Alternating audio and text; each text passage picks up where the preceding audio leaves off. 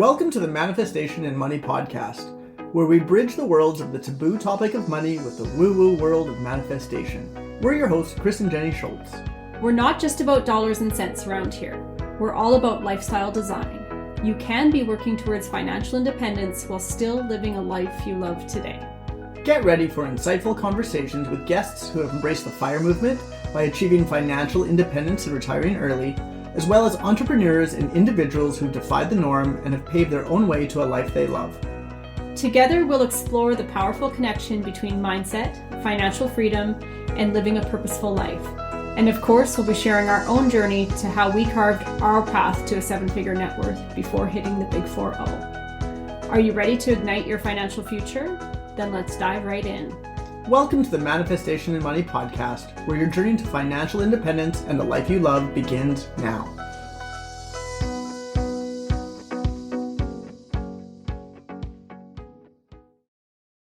Hey, it's Jenny here, and I am feeling inspired and fired up today, so I decided to hop on and do a solo episode.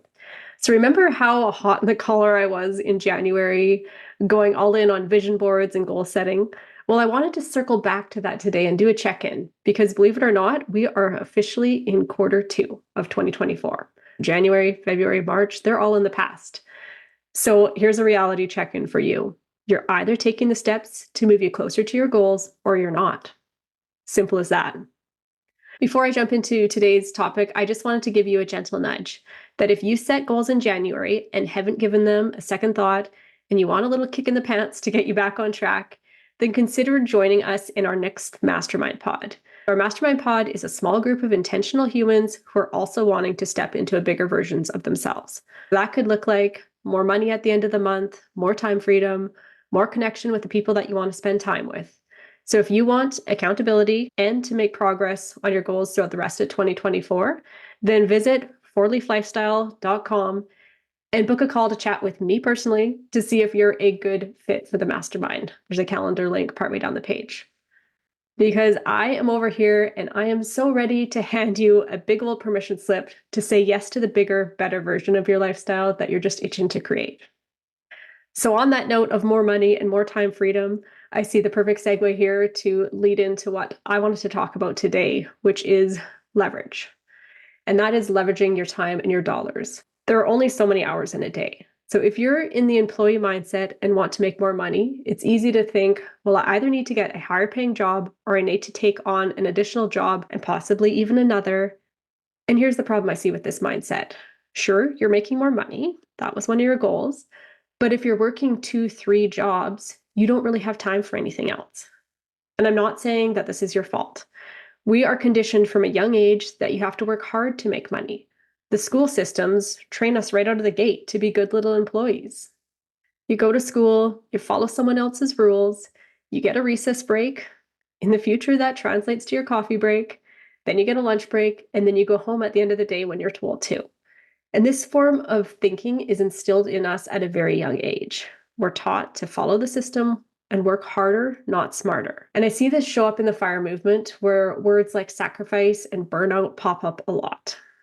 And honestly, it's not just a FIRE movement issue. I also see the average Joe trying to keep up with the Joneses, grinding it out at a job, saying yes to the longer hours and overtime, and even the entrepreneur who keeps saying yes to taking on more. So I want to flip the script on this paradigm today and ask you the question, what would it look like if there was an easier way to make money? And maybe that question, we could take it even a step further. And that would be, what would it look like if there was an easier way for you to make money? When I ask myself this question, the word leverage comes to mind. Now, leverage means to use something to maximum advantage. And when you're on the path to financial freedom, it is necessary to look at both the leverage of time and the leverage of money. Let's talk about leveraging money first. How can you use money to its maximum advantage? The simplest example I can think of for leveraging money is interest. If you take money and invest it for an annual return, you will have more money at the end of the year than you started with, without having to do anything further, right? Now, a step up from this would be compound interest. So not only do you collect interest on your initial investment, but you also get to collect interest on the interest. So I'll use simple numbers to illustrate this. If you invested $1,000 at 5% for 10 years, your all-time rate of return would be 50%. Now, with compound interest, investing that same $1,000 at 5% for 10 years would give you a rate of return of closer to 65%. Now, that's almost 15% more interest collected. Imagine the impact that could have over time with an investment that you're continually adding to. Another way of leveraging money is a dividend stock. So you buy a dividend stock with the intention that the stock will go up over time. It could go down, but the stock also pays you a monthly dividend. I'm going to use an example here using easy to understand numbers. So I have a real estate stock that I like, that I invest in, that yields a dividend of 8 cents currently per stock monthly. So let's say for easy math that it's 10 cents a month. So say I take $1,000 that I want to invest into the stock. The cost of the stock is $10. That would buy me 100 shares. And say that's all the money that I'm going to ever put into this stock. So every month, the dividend payment to me on the 100 shares of that stock is $10. So that's enough to buy a new stock. So I can set up what's called a DRIP and have the $10 dividend payment reinvested into the share, buying me one more share every month. At the end of every year, I will have added another 12 shares to my portfolio, plus increased my dividend payout by 12%, plus giving me even bigger buying power to drip buy future shares. And then there's also the value over time. That stock value should go up, which again, it could also go down. So I like to think of it as a teeny tiny little snowball that is rolling and getting bigger over time. And there are automated systems that banks and investment companies put into place to allow you to buy partial shares if you don't have a full drip amount to buy a stock in full. Another example would be in real estate. So I leverage my dollars in real estate by getting a mortgage on the rental property that I purchase. Say I'm purchasing an investment property, I put 20% down payment, but I get appreciation or depreciation. Again, in a real world, things can go up or down.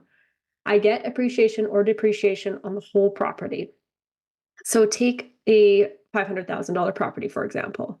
I would invest $100,000 down payment and say that property appreciates by just 3% over the year.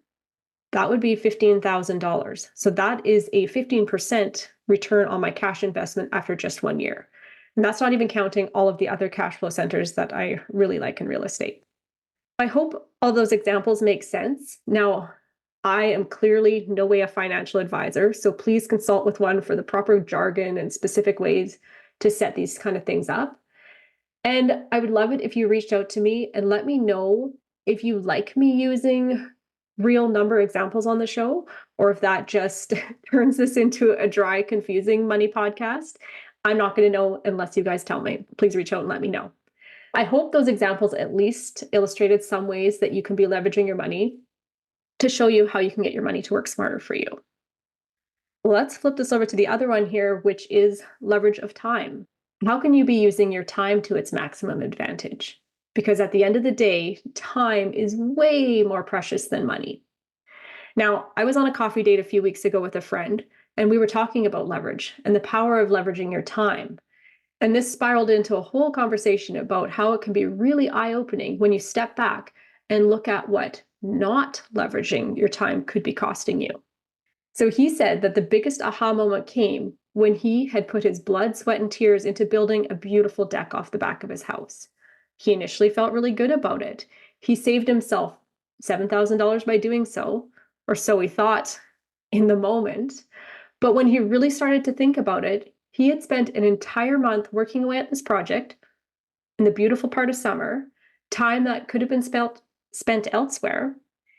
And if that wasn't enough of a punch in the gut, he decided to think about how else he could have spent his time. Now, one of his passions is joint venture real estate. So a typical $500,000 real estate deal took him about a month to put together. And over the lifetime of that investment, he would have made multiple six figures. So in the short term, he saved himself $7,000. But in hindsight, it cost him hundreds of thousands of dollars of potential income. That may be a bit of an extreme case, but I think it is a real world example that packs a pretty strong punch. You might not be dealing with six-figure situations yet in your life, but I bet you're doing the same type of thing. Where in your life are you justifying putting all of your time and energy into something to save you some money right now? And where in your current situation could you be better leveraging your time and your money? Now, if you work at a job, it's a lot simpler to calculate your hourly rate. If you're an entrepreneur, you can calculate it, but I find that there's a slippery slope there for entrepreneurs trying to do a lot of the things themselves. And I, for one, am guilty for this. In our rentals, it used to be Chris and I who were doing the cleaning and swapping out appliances. And over time, we have learned how to change this, to pay people to do the work for us, to free up our time to do other things. So our appliance repair guy is amazing. And he honestly, admittedly, Googles a lot of the issues that we're having, troubleshoots it through these videos, and then sources the parts. He's made connections with the secondhand shops in town, as well as the salesmen. And for him, he's created himself a nice little side gig. And for me, I save myself the time of trying to troubleshoot it myself. And it's a 5-minute task for me to line up access for him into the rental unit. And then he bills me accordingly for the work. It's a win-win. Speaking personally here of me and my hangups with rentals and not being able to outsource everything yet, realistically, I could completely outsource our rental units to a property management company and leverage my time on these investments even further. And yes, it's going to cost me dollars when I make that decision to free up my time. And one day I do intend to do so. I think it's a continuous check-in for all of us to audit our current situations. What's working for us today might not be the best situation in a year from now. For example, I would love to be able to pack the kids up for months at a time, rent an Airbnb, and explore different parts of the world. And when we get to that season of our life, outsourcing the rentals would make a lot of sense. Because honestly, I don't want to be taking tenant calls from the other side of the world because I can't just pop over and do a hands-on task. It wouldn't be possible from across the globe. So that is a choice right now that I'm justifying in my own head. And another real estate investor might listen to this and think that I'm completely bonkers for not having outsourced 100% of the rentals right out of the gate. Something else that comes to mind that might be a good example here for leverage of time. Maybe you hit a moment in your life where due to age or illness, that quality time with loved ones or friends becomes your number one beyond anything else. I bet if you were in a situation like that, you'd be a lot more liberal with putting dollars towards tasks to free up time. My question to you today is, where could you be leveraging your time better? And where can you be leveraging your money better? Sit with those questions, and I bet you're going to be able to see some places that you can tweak and better leverage them. And know that it is a process and you're allowed to keep tweaking them over time. Thank you so much for joining me today on the Manifestation and Money podcast. I am so grateful to have you alongside Chris and I, but carving your own path to a life that you love.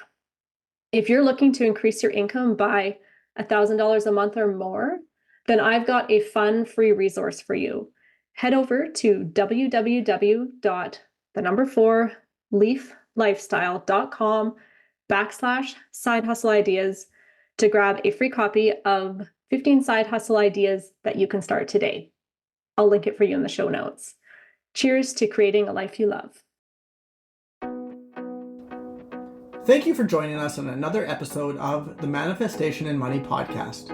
If you enjoyed today's conversation and want to continue your journey to financial empowerment and creating a life you love, be sure to subscribe, rate, and leave a review. Come follow us on Instagram at Manifestation and Money Podcast or at 4Leaf Lifestyle for more inspiration and behind the scenes content. Remember, your life is yours to live. Your financial freedom journey is as unique as you are. So hop in the driver's seat. It's time to create the life of your dreams.